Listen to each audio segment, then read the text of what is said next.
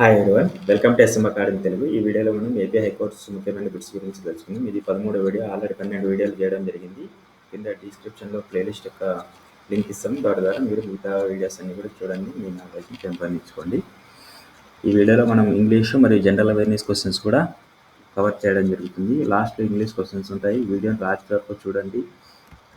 ఏదైనా questions video మధ్యలో అడిగితే వాటికి ఆన్సర్స్ వచ్చేసి మనము వీడియోలో చెప్పడం జరుగుతుంది అనమాట.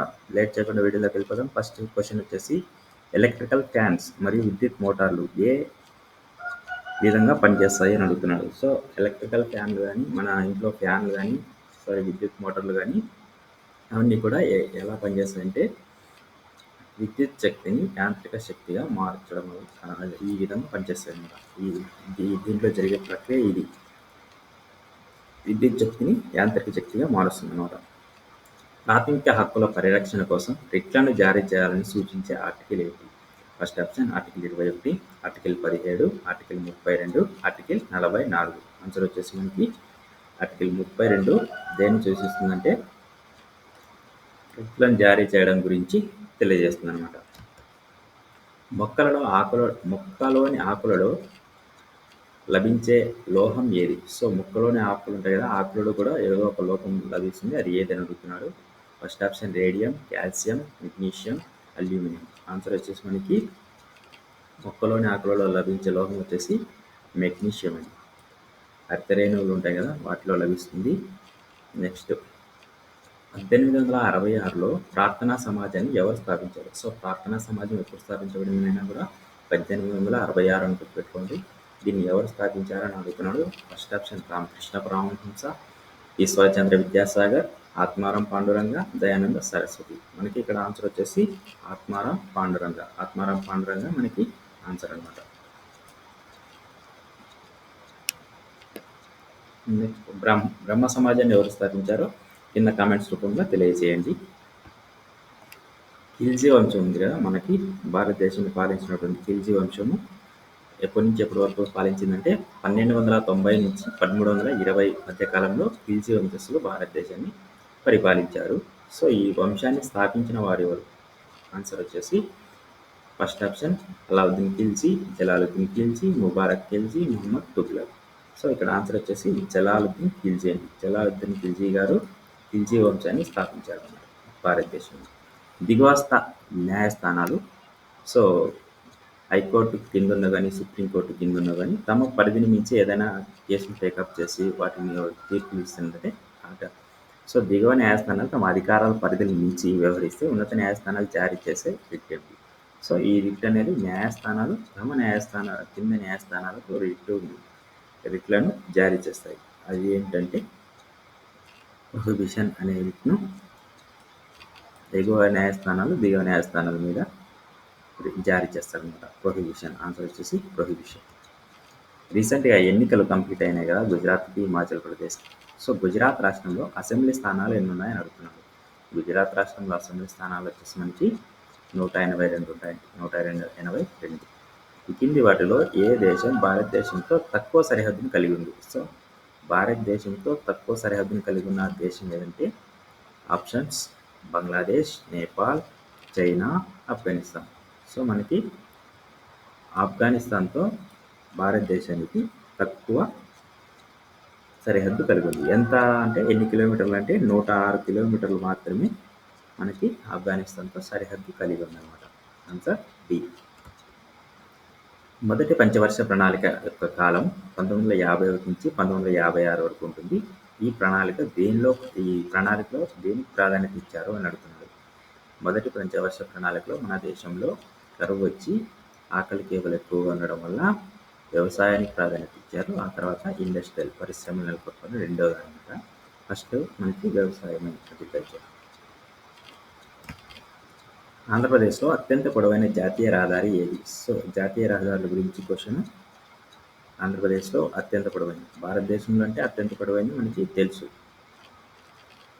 అత్యంత పొడవైన జాతీయ రహదారి ఆంధ్రప్రదేశ్లో వచ్చేసి 5వ నంబర్ జాతీయ రహదారి. దీన్ని ఇప్పుడు 16వ నంబర్ జాతీయ రహదారి అంటున్నారు. భారతదేశంలో జాతీయ రహదారి వచ్చేసి మనకి 7వ నంబర్ జాతీయ రహదారి. దీన్నే ఇప్పుడు 44వ జాతీయ రహదారి అంటున్నారు అన్నమాట. మన దేశంలో అత్యంత పొడవైన జాతీయ రహదారి 7వ నంబర్ జాతీయ రహదారి చెప్పాను కదా, అదనమాట. ఇక్కడ ఆన్సర్ వచ్చేసి ఆంధ్రప్రదేశ్లో. ఆంధ్రప్రదేశ్లో మొత్తం కోస్టల్ ఏరియా మొత్తం టచ్ అవుకుంటూ వెళ్తుందన్నమాట. అది 5వ నంబర్ జాతీయ రహదారి. దాన్ని ఇప్పుడు 16వ నంబర్ జాతీయ రహదారి అని అంటున్నారు. నెక్స్ట్, ఆంధ్రప్రదేశ్లో ఎక్కువగా విస్తరించి ఉన్న నేలల రకం ఏమిటి? సో ఏ నేలలు ఆంధ్రప్రదేశ్లో ఎక్కువగా ఉన్నాయి? నల్లరేగడి నేలలు, ఒండ్రు నేలలు, లాటరైట్ నేలలు, ఎర్ర నేలలు. ఆన్సర్ వచ్చేసరికి ఎర్ర నేలలు. సో ఎర్ర నేలలు మన ఆంధ్రప్రదేశ్లో ఎక్కువగా ఉన్నాయి. Indian Olympic association, IOC. So Indian Olympic association ఉంది కదా, దానికి మహిళా అధ్యక్షురాలుగా, మొట్టమొదటి మహిళా అధ్యక్షురాలుగా ఎవరు ఎన్నికైనారు అని అడుగుతున్నారు. Answers: Sania Mirza, Anju Bobby George, Karnam Malleswari, PT Usha. ఇక్కడ కరెక్ట్ ఆప్షన్ వచ్చేసి పిటి ఉషా. పిటి ఉషా గారు మొట్టమొదటి మహిళా అధ్యక్షురాలుగా ఎన్నికయ్యారు. స్పేస్ ఎక్స్ అనేది ఏ దేశం యొక్క అడ్వాన్స్డ్ రాకెట్స్ అండ్ స్పేస్ క్రాఫ్ట్లను తయారు చేసే కంపెనీ అంటే, స్పేస్ ఎక్స్ అనేది మనకి ట్విట్టర్ని కొనుగోలు చేసిన టెస్లా ఉంటుంది కదా, ఆ కంపెనీ యొక్క అధినేత ఉన్నాడు ఎలన్ మాస్క్. ఆయనకు సంబంధించినటువంటి కంపెనీ ఇది అమెరికా సంబంధించినటువంటి కంపెనీ. ట్విట్టర్ని కొనుగోలు చేశాడు. ఈ విషయం కూడా తెలుసుకోండి, ఎందుకంటే ట్విట్టర్ని కొనుగోలు చేశాడు ఆయన కంపెనీ అనేది కూడా తెలుసుకుంటే మనకి కరెంట్ అఫైర్స్ ఉపయోగపడుతుంది. ఆయన టెస్లాకు సంబంధించినటువంటి వ్యక్తి ఎలన్ మస్క్ కంపెనీ అన్నది స్పేస్ ఎక్స్. భారతదేశంలో అత్యధిక ఓడరేవులను కలిగి ఉన్న రాష్ట్రం ఏది అని అంటున్నారు. So first option Tamil Nadu, Gujarat, Andhra Pradesh, Maharashtra. ఏ రాష్ట్రంలో అత్యధిక ఓడరేవులను కలిగి ఉందంటే మనకి ఆన్సర్ మహారాష్ట్రలో. చిన్న చిన్న ఓడరేవులు చాలా ఎక్కువ ఉన్నాయి, అదేగాక అత్యధికంగా ఓడరేవులు ఉన్నాయన్నమాట. మన్రేగా ఎంజేఎన్ఆర్జీఏఎస్ ఉంటుంది కదా, మహాత్మా గాంధీ జాతీయ ఉపాధి హామీ పథకం. ఈ పథకంలో భాగంగా కనీసం ఎన్ని రోజులు ఉపాధి కల్పిస్తారంటే 100 రోజులు ఉపాధి కల్పించాలన్నమాట. సో ఉపాధి ఎన్ని రోజులు కల్పిస్తారని అడుగుతున్నారు. 100 రోజులు కల్పిస్తారు. మనం అర్జీ పెట్టుకున్న 100 రోజుల్లో ఉపాధి కల్పిస్తారన్నమాట. కమల్నాథన్ కమిటీ దేనికి సంబంధించింది అని అడుగుతున్నాం. కమల్నాథన్ కమిటీ ఆంధ్రప్రదేశ్, తెలంగాణలోని ఉద్యోగుల పంపిణీ చేయడం కోసం ఏర్పాటు చేసిన కమిటీ అన్నమాట. ఇది first option correct. Sarva Shiksha Abhiyan అనే సార్వత్రిక ప్రాథమిక విద్యా పథకం ఏ సంవత్సరం నుంచి మొదలుపెట్టారు? ఆప్షన్స్: 2000, 2001, 2002, 2003, 2001, 2002, 2007, 2008. దీనికి వచ్చేసి కరెక్ట్ ఆప్షన్ సి. దీన్ని 9వ పంచవర్ష ప్రణాళిక కాలంలో మొదలుపెట్టడం జరిగింది. 2001, 2002 అనేది కరెక్ట్ ఆప్షన్. స్వతంత్ర భారతదేశానికి మొట్టమొదటి పారిశ్రామిక శాఖ మంత్రి ఎవరు? ఆప్షన్స్: మౌలానా అబుల్ కలాం ఆజాద్, సర్దార్ వల్లభాయ్ పటేల్, జవహర్లాల్ నెహ్రూ, శ్యామ్ ప్రసాద్ ముఖర్జీ. సో ఇక్కడ ఆన్సర్ వచ్చేసి శ్యామ్ ప్రసాద్ ముఖర్జీ అన్నమాట, పారిశ్రామిక శాఖ మంత్రి. జాతీయ సుపరిపాలనా దినోత్సవాన్ని ఎప్పుడు జరుపుకుంటారు? ఆప్షన్స్: జనవరి 10, డిసెంబర్ 5, డిసెంబర్ 16, డిసెంబర్ 25. ఇక్కడ ఆన్సర్ వచ్చేసి డిసెంబర్ 25 మనకి ఆన్సర్. గేట్వే బులంద్ దర్వాజా ప్రస్తుతం భారతదేశంలో ఏ రాష్ట్రంలో ఉంది? అత్యంత ఎత్తైన బులంద్ దర్వాజా భారతదేశంలో ఏ రాష్ట్రంలో ఉంది? ఆప్షన్స్ వచ్చేసి రాజస్థాన్, మధ్యప్రదేశ్, మేఘాలయ, ఉత్తరప్రదేశ్. ఆన్సర్ ఉత్తరప్రదేశ్లో ఉందన్నమాట. భారత రాజ్యాంగంలోని ఆదేశిక సూత్రాలను ఏ రాజ్యాంగం నుంచి గ్రహించారు అని అడుగుతున్నాడు. భారత రాజ్యాంగంలోని ఆదేశిక సూత్రాలను ఏ రాజ్యాంగం నుంచి గ్రహించారంటే ఆప్షన్స్ వచ్చేసి బ్రిటిష్ రాజ్యాంగం, ఐరిష్ రాజ్యాంగం, అమెరికా రాజ్యాంగం, ఆస్ట్రేలియా రాజ్యాంగం. సో ఇక్కడ కరెక్ట్ ఆప్షన్ వచ్చేసి ఐరిష్ రాజ్యాంగం నుంచి గ్రహించారనమాట. నెక్స్ట్ ఇంగ్లీష్ క్వశ్చన్స్ వచ్చాయి. ఇంగ్లీష్ క్వశ్చన్స్ మనకి చాలా చాలా ఇంపార్టెంట్. 40 క్వశ్చన్స్ సేమ్ ఈక్వాలిటీ ఉంటుంది, కానీ మనం అవి ఎక్కువ చదివి ఇది నెగ్లెక్ట్ చేస్తుంటాం. అందరూ కూడా ఇంగ్లీష్ క్వశ్చన్స్ బాగా ప్రాక్టీస్ చేస్తే మనకే మంచిది. ఎర్రర్ కనుక్కోండి అని ఒక సెంటెన్స్ ఇచ్చేసినట్టు దాంట్లో ఎర్రర్ కనుక్కోవడం. ఒకసారి సెంటెన్స్ చదువుదాం. The sales manager tried every trick in the book to sell the flat to the అన్పుల్ to my uncle, but they failed. So first, uh, they tried possible way. They try every possible way. B. Not ready to bargain. Try to give the least discount. Struck in the midway. So answer వచ్చేసి ఇక్కడ try every possible way అనేది correct అనమాట. Try every possible way అని ఉండాలి. మనకి అక్కడ ఏముంది,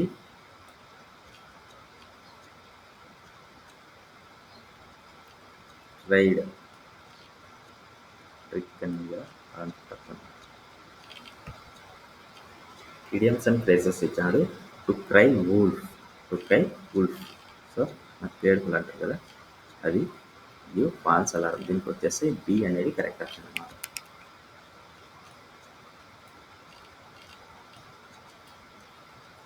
to give false alarm. Next idiom and phrases. To smell a rat. To smell a rat. To smell a rat అనే దానికి ఆన్సర్ ఏదని అడుగుతుంది. ఇక్కడ ఆన్సర్ వచ్చేసి మనకి సి.